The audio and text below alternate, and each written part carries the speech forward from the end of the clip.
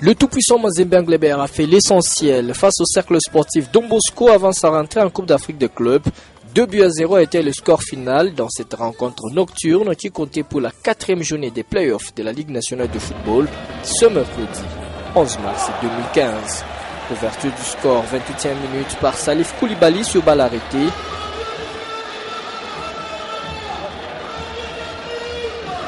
Et la seconde réalisation anglebertoise est intervenue tard, soit à la 91e minute, grâce à Roger Assalé, qui est entré en cours de jeu en compagnie de Bon Ali Samanta quelques minutes auparavant. L'international ivoirien n'a pas eu de peine pour battre le portier Ibrahim Monkoro.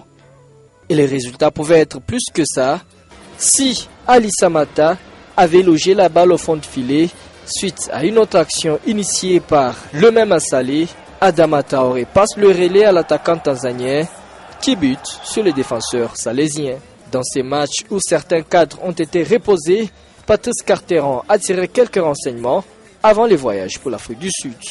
On va dire que j'avais fait un choix depuis maintenant plusieurs jours.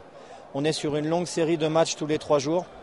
Et ce match de Don Bosco, toujours un match difficile pour nous parce qu'on sait que, et c'est légitime, nos amis de Don Bosco veulent toujours montrer qu'ils ont la place peut-être à Mazembe. Donc c'est pas un match que les joueurs aiment jouer forcément.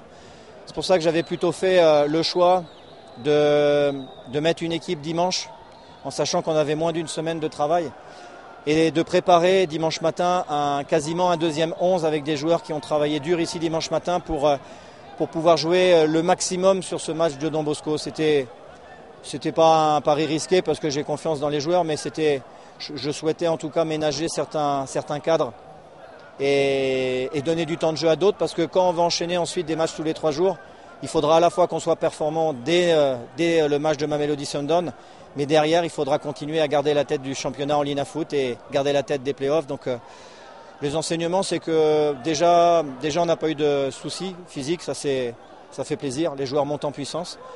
Et oui, une victoire, c'est toujours bon pour le moral, à quelques 4 jours de la production sur la scène continentale devant le Sud-Africain de Mamelodi Sundowns.